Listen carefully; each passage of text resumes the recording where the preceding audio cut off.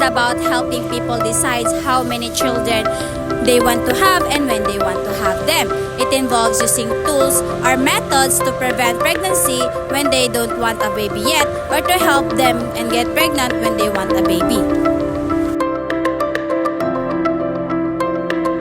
Number 1. Basal body temperature or the BBT method. This method involves taking your temperature every morning before you get out of bed and before eating or drinking anything. Your body temperature rises slightly about 0.5 or 1 degree after ovulation.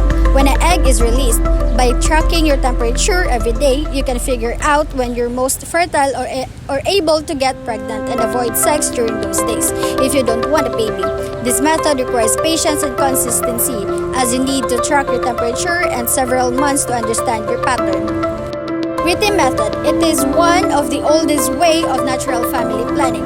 It is use a calendar to track your menstrual cycle and predict when you are most likely to ovulate or release an egg. For example, if your cycle is usually 28 days, you might avoid sex around 10 to 17, which might typically the most fertile days. However, this method works best if your periods are very regular. If your cycle changes often, it can be harder to predict safe days accurately. The third one is the cervical mucus or the ovulation method. This method involves checking the mucus in your vagina to figure out when you're fertile. Right after the period, you might feel dry and not notice how much mucus. As you get closer to ovulation, the mucus becomes clearer, slippery, and stretchy like egg whites, which means you're fertile. To check, gently place your middle finger into your vagina and observe the mucus. If your mucus is thick, sticky, or dry, you're less likely to get pregnant. This method helps you to understand your body's natural signs of fertility. What is the lactational amenorrhea method? The lactational amenorrhea method is a natural temporary way to prevent pregnancy after having a baby. It works because breastfeeding can stop your body from releasing eggs and having periods. Coitus interruption, also known as the pull-out method, is one of the oldest ways to try to prevent pregnancy. It involves the man pulling out his penis from the vagina before he ejaculates. The idea is to keep sperm from entering the vagina and reaching the egg.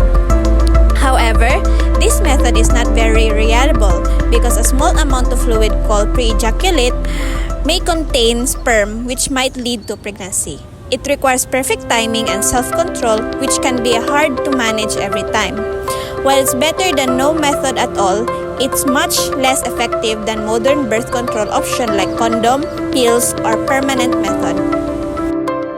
Barrier methods are types of birth control that are used only during sexual intercourse to prevent pregnancy.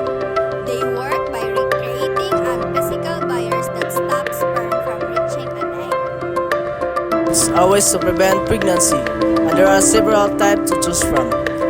We have male condom and female condom, oral contraceptive, contraceptive injection, diaphragm or cup, and cervical cup.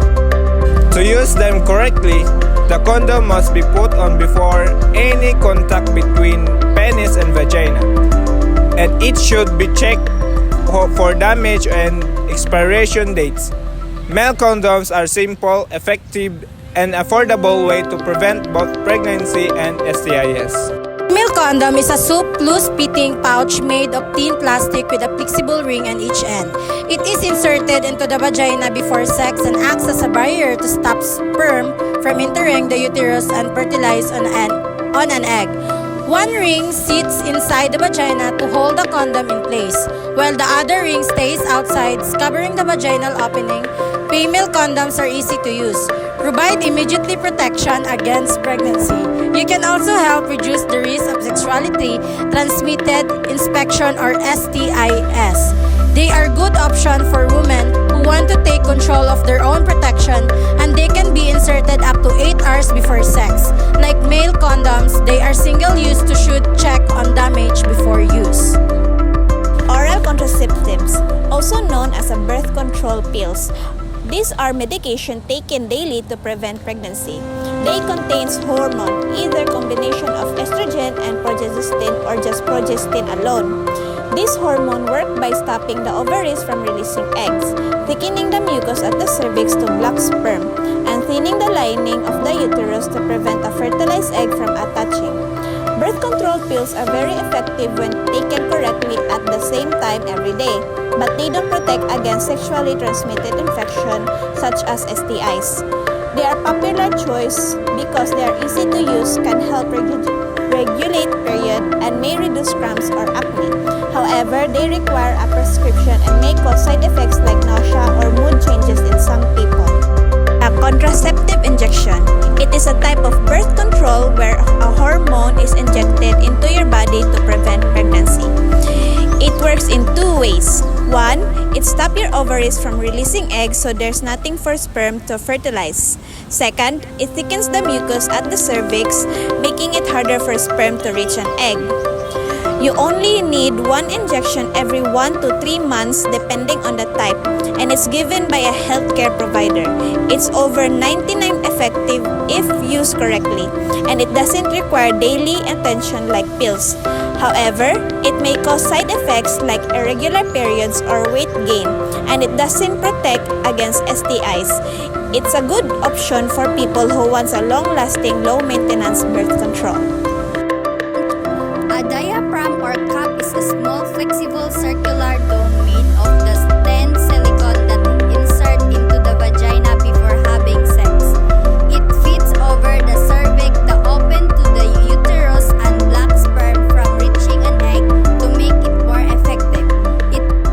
A cervical cup is a reusable silicone that is inserted into the vagina and fits tightly over the cervix, the opening to the uterus. It works as a barrier to prevent sperm from reaching an egg, and to make it more effective, it used with a special gel called spermicide, which kills sperm. That the cup can be put in several hours before sex and must stay in a place for at least 6 hours after sex, but not longer than 48 hours.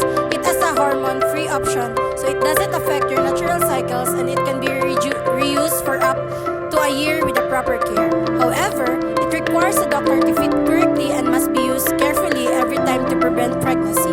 It doesn't protect against STIs, so condoms are still needed for that. Number 1 is vasectomy. A vasectomy is a minor surgery for men who want a permanent way to prevent pregnancy. During the procedures, the doctor cuts or blocks the tubes, called vas deferens, that carry sperm from the testicles. This stops sperm from mixing the semen, so when a man ejaculates, there's no sperm to fertilize an egg.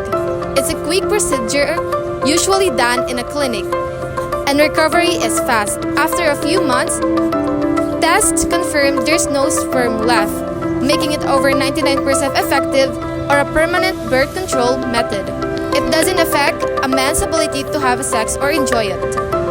The second one is the tubal ligation. Tubal ligation is a surgery for women who want a permanent way to prevent pregnancy. During the procedure, the doctor cuts, ties, or blocks the fallopian tubes, which are the pathways to eggs travel from the ovaries to the uterus. This stops the egg and sperm from meeting, so pregnancy can't happen. This method is more than 99% effective at preventing pregnancy, meaning it works almost all the time to stop pregnancy. By blocking or removing the fallopian tubes or the tiny tubes that carry eggs to the uterus, it prevents the eggs and sperm from meeting, and it starts working right away. You don't need to wait for your next period. It doesn't affect your sex drive or make sex feel different, so you can enjoy intimacy without worrying about pregnancy. Plus, it doesn't change your hormones levels, so you won't have side effects like mood swings or weight gain that some other birth control methods might cause. This makes it a very reliable and long-term option for people who are sure they don't want to have children in the future. This method has a few disadvantages. First, it does not protect against STIs, sexually transmitted infections. You still need to use condoms to stay safe from infections like HIV or chlamydia. Second, even though it is effective, there are small chances it can fail. the fallopian tubes might grow back together or rejoin, which could allow pregnancy to happen, but this is rare. Third, these are very small risks of complication from the procedure, like internal bleeding, infection, or damage to nearby organs. Lastly, if pregnancy does not happen after the procedure, there are higher chances it could be an ectopic pregnancy. When the fertilized egg grows outside the uterus, usually it happens to fallopian tubes, which can be dangerous and needs immediate medical care. While the method is very reliable for preventing pregnancy, it is important to be aware of this risk.